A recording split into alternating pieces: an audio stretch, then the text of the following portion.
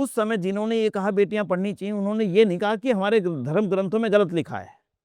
उन्होंने ये कहा कि धर्म ग्रंथों में जो लिखा है ये गलत है, यानी कि जो लिखा है वो गलत है।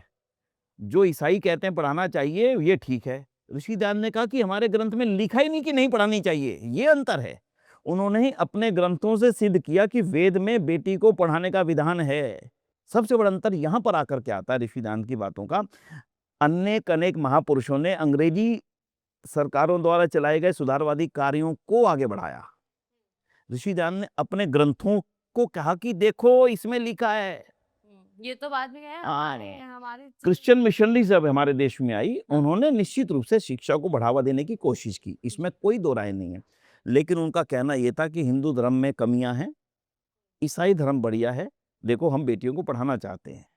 ऋषिदान ने कहा कि हमारे ही धर्म में लिखा है बेटियों को पढ़ाना। ये जो अंतर था, इससे उन्होंने स्थापित किया कि हमें अपने ग्रंथों के गहराई में जाकर के उसकी सच्चाई को खोजना पड़ेगा। उसमें जो मिलावटें कर दी गई हैं, वेद में जो मिलावट कर दी गई हैं, ये हमारे लिए दुख का कारण है। ये हमारे लिए इस समय जो हमारी जो परिस्थितियां बन चुकी हैं, ये उसका कारण है।